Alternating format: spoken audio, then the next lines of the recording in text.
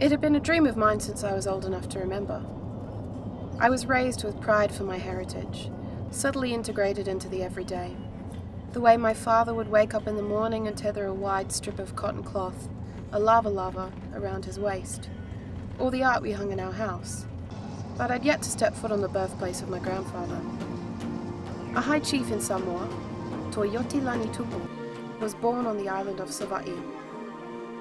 In his early youth, a culture in which communal child rearing was commonplace, Lani grew up in the care of his grandfather on the island of Manono, before his family settled in the village of Falelima.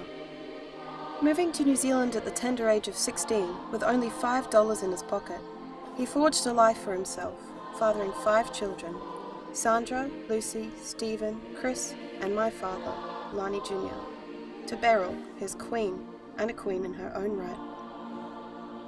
Despite the distance, Samoan families maintain ties to their diaspora through Fa'a Samoa, a belief system that underpins Samoan society, centered around family, community, church, and respect. This often puts pressure on families to send money back to their relatives, most of which goes towards religion and the church. Though, my grandfather, renegade that he is, opposed this expectation, instead channeling his funds into village projects that would benefit the people living in Falelima, not just spiritually. And so, enlisting the help of our family members, we packed up the car, picked up the coastal plants, boarded the ferry from Apia to Savaii, and started off on the road to Falelima. This year, at age 85, or so he tells us, my grandfather conceived a new project. Over 2 days he watched on as the men and women from Falelima melded with our crew from New Zealand, racing along the coastline planting trees at a rate of knots.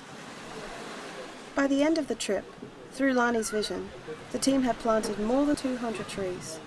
My grandfather's hope that they would grow tall and strong for generations to come, creating a buffer between the village and the sea during the cyclone months. In celebration, we feasted and shared and laughed.